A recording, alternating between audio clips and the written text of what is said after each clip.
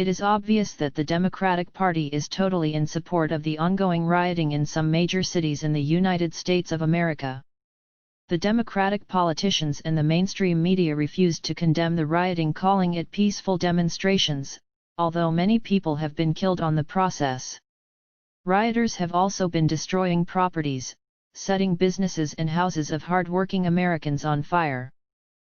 In our nation's capital, peaceful protesters are confronted with the deployment of various security officers with from multiple jurisdictions, including, and this is important, unidentified federal law enforcement. If you see anybody from that cabinet in a restaurant, in a department store, at a gasoline station, you get out and you create a crowd. And you push back on them, and you tell them they're not welcome anymore, anywhere. As we go to air tonight, the United States of America is unravelling for all the world to see as race riots leave many of the nation's biggest cities burning in almost unimaginable scenes. Across the country, police are in the line of fire, facing the rage of protesters following the death of a black man at the hands of officers. The wave of violence has now washed across 29 cities, from New York, Los Angeles, New Orleans, Seattle and Minneapolis, ground zero for that anger and outrage now being vented by so many Americans. We have our US team on the ground. Bureau Chief Ashley Mullaney begins our coverage. Tree gone to hell. A loaded assault rifle snatched by a private guard at gunpoint as officers, dangerously outnumbered, surrounded. Officers being chased by the group here. Their cars on fire. Looters take over. As Saturday night anarchy reigns through America. This is Beverly Hills. High-end stores looted, famous shopping centre The Grove cleaned out. And burning. Fairfax near Hollywood, a battleground. LA has survived a history of race riots. It's in one again. It's one of our darkest days when I saw it last, and it's repeating. This time it's nationwide. New York, under siege. Leave them alone! Don't get out of here! Besides, the so-called peaceful demonstrations also targeted sacred places. Holy statues were desecrated. Several churches were vandalized and burnt down. Sometimes, the Holy Bibles and American flags were ceremonially set ablaze, surrounded by a crowd of cheering Antichrist and anti-America arsonists. On May 31st, the parish house of St. John's Episcopal Church was set on fire by rioters. St. John's Church is on fire. The parish office, we went downstairs and it is on fire. I'm going to walk this way, and this is awful. We saw graffiti. Once the door was broken, we saw something similar happen earlier. And as you can see, there's definitely a fire here. This is the parish office. Here, come on back. Come on back. Come on back up. That's good. So they're trying to clear the area, Shannon, with the pepper spray and with the tear gas to try to clear people. Anything we can do to get it out? No, I don't know that there's anything we can do to put that out. I didn't see an extinguisher. On July 11th, a Florida man drove his minivan into the Queen of Peace Catholic Church Ocala and then set it on fire as parishioners were praying. A driver plowed into a Florida church and then set it on fire as parishioners prepared for Mass Saturday, but no one was hurt, authorities said. Marion County Sheriff's Office deputies arrested Stephen Shields, 24. The church was packed with people preparing for Mass at the time of the attack. Firefighters quickly arrived on site and put out the flames. No serious injuries were reported. The 249-year-old San Gabriel mission in California was burnt down on July 12th. One of the 21 missions in California caught fire today, and it was just about to celebrate a major milestone. The San Gabriel mission in Los Angeles County caught fire before dawn.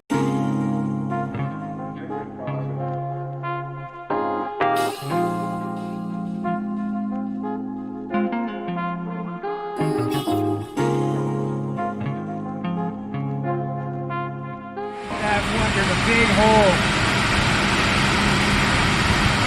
It's going to go right into it. There you go.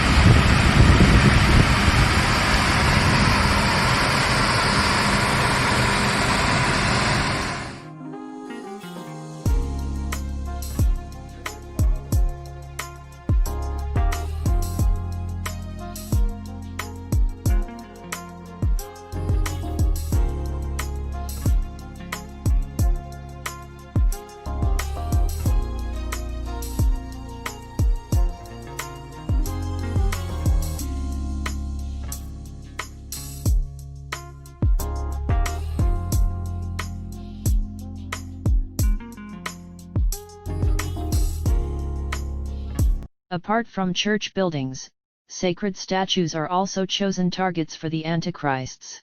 Police are also investigating vandalism outside a Dorchester church where a statue was set on fire. It happened last night at the St. Peter's Church on Bowdoin Street. WBZ's Paul Burton says someone actually set fire to the plastic flowers that were on the statue. It's horrible. Why would anybody do that? It's just uncalled for. Folks waking up Sunday morning in Dorchester were shocked to see a statue of the Blessed Mother Mary vandalized. This is obviously someone disturbed, someone who has a lot of trouble, a troubled soul. Father John Curry is pastor of St. Peter's Parish in Dorchester. He said last night someone set plastic flowers on fire that the statue was holding. Disappointment, sadness. You know, the image of Our Lady is so important for us in our faith. Neighbor Donald Ellis fought back tears. A poor little woman, an elderly woman, every single day she comes down, puts a flower on that statue and prays. The arms, hands, and face are damaged. Right now, police are still searching for the person responsible. There are surveillance cameras in the area, but the ones that the church owns does not capture the statue. Folks that live around here and attend service here are disgusted by what happened. A statue of Mary located outside Cathedral Preparatory School and Seminary in Queens, New York, was desecrated on July 10th. It was spray painted really from really her belly to all the way down. Only faint remnants of graffiti are left on this statue of the Blessed Virgin Mary that sits outside the entrance of Cathedral Preparatory School and Seminary in Elmhurst. On Friday, under the cover of darkness, it was vandalized. About 3 o'clock in the morning, we saw somebody that approached the statue and very simply just spray painted it as if it was an ordinary thing for them to do, and they kind of walked away, and that was it. Father James Caroli, the rector-president of the school, said when he came out Friday morning, he saw this, the word idol in thick black spray paint down the front of the sacred statue. Writing idol is kind of an accusation against what we believe in. We obviously do not believe that the statue is an idol, but rather an instrument that is used to help us to bring us closer to the Blessed Mother, who in reality brings us closer to her Son. The incident is being investigated by the NYPD as criminal mischief. Police are searching for this individual, completely covered in clothes and wearing a hat. They have not been able to determine if it's a man or woman. Regardless, Father Caroli believes hate motivated the suspect. We saw this really as a hate crime immediately. Father Caroli says the statue, which is more than 100 years old, means so much to the young men of Cathedral Prep, past and present, and the community it watches over. A vandal desecrated a statue of Our Lady of Guadalupe on September 11th. He climbed over a fence outside the Shrine Church of Our Lady of Solace in Coney Island, toppled the statue and then threw it across the footpath on a broad daylight.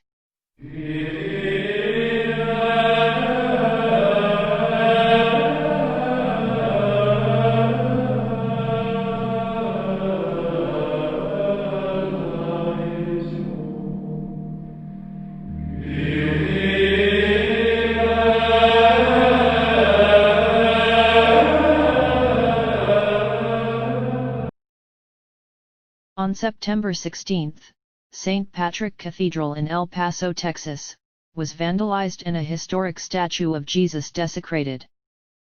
What is your take on this awful development? If this could happen in the United States of America when the Democratic Party is not in charge of the presidency, imagine what will happen to Christians, Jews, and all the God-fearing people all over the world if Biden becomes the president. The world already had a taste of it during Obama-Biden's 8-year tenure. And some African countries such as Libya and Nigeria are still to come out of the crisis that the Obama-Biden regime brought upon them.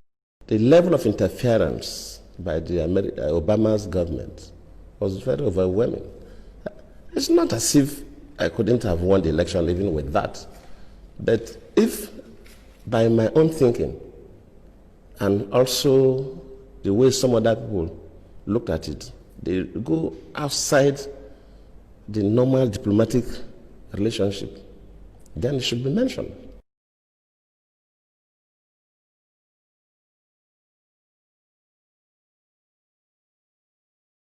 Sending that person to Nigeria at the eve of election, after Obama even issued a statement directing Nigerians to vote for the next chapter, that tells you something. And we should not sweep these things under the carpet. If a foreign country, or an African country, or even America or any other country interferes with our own elections, we should mention it. Persecution of the faithful is on the rise in Nigeria. Earlier this month, a Christian pastor was beheaded by Islamic extremists after he refused to renounce Christ. Late last year, 11 Christians were executed by ISIS terrorists. One report says between November 2018 and October 2019, more than 1,300 Christians were killed in Nigeria. Joining us now with a look at this troubling situation is Tawfiq Baklini. He is president of In Defense of Christians. That is a nonprofit and nonpartisan human rights and advocacy organization based in Washington, D.C. Tawfiq, thank you so much for joining us. We really appreciate it. Thank you for having us, and thank you for talking specifically about Nigeria and what's going on. There's an ongoing genocide in Nigeria, and we don't hear much about it. So thank you for this. Absolutely. Why do you think there has been a rise in violence against Christians in Nigeria? There has been, I mean, it's only because they're Christians. I mean, Christian persecution around the whole world. 80% of persecution is against Christians worldwide. And in Nigeria, it happens that they're not a minority. They're 50% of the country. And they've been persecuted only because they're Christians, for their faith. Is the government in Nigeria doing anything about it? No, almost nothing about it. And that's another problem. We should really work to make sure they're accountable and to have the Christians in the north be protected. In this land. Our Father who art in heaven, hallowed be thy name. Thy kingdom come, thy will be done.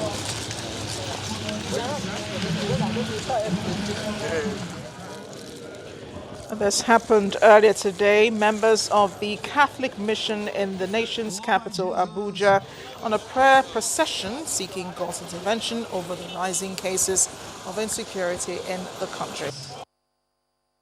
We therefore appeal to the government to immediately put a stop to this unprecedented wave of violence and brutality aimed particularly at Christians.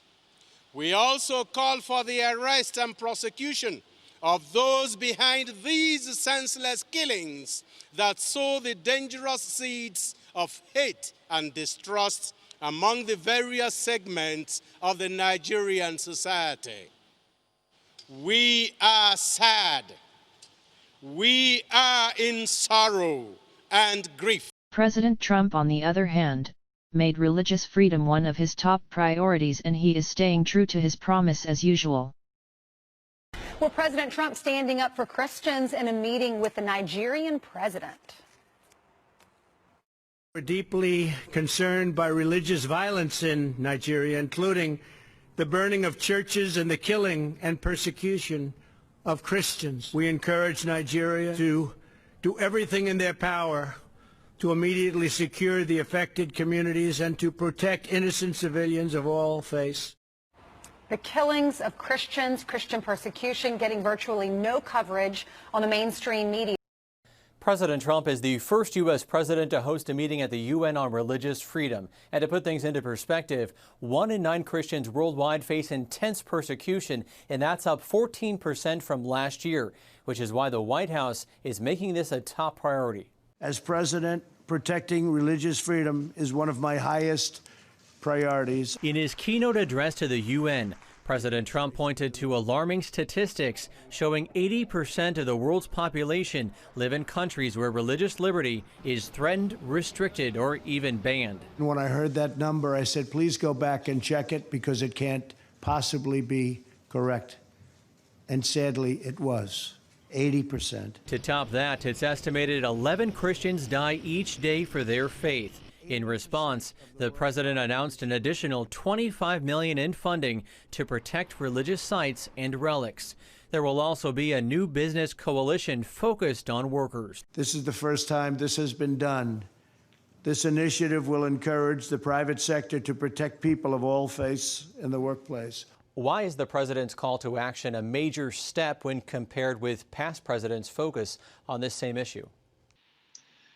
I think the fact is it's not just words on the part of this administration. I believe that as that microcosmic example of the president's efforts on behalf of Pastor Brunson made clear, he used the instruments of American power. Frank Gaffney, CEO of Save the Persecuted Christians, says it's now up to the rest of the world to follow suit.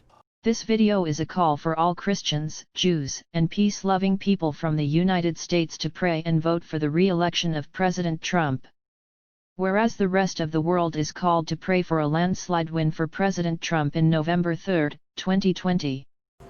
It is also very necessary that all Christians make some acts of reparation for all the sacrileges committed against our Lord Jesus Christ and our Heavenly Mother.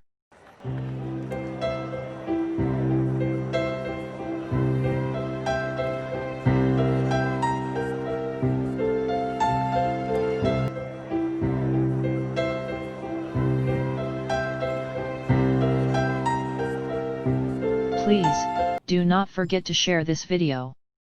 Thanks, and remain blessed. Et benedictio Dei omnipotens. May the blessing of Almighty God, Father, Son, and Holy Spirit et Spiritus Sancti descend upon you, descendat super vos, et maneat semper. and remain with you forever. Amen.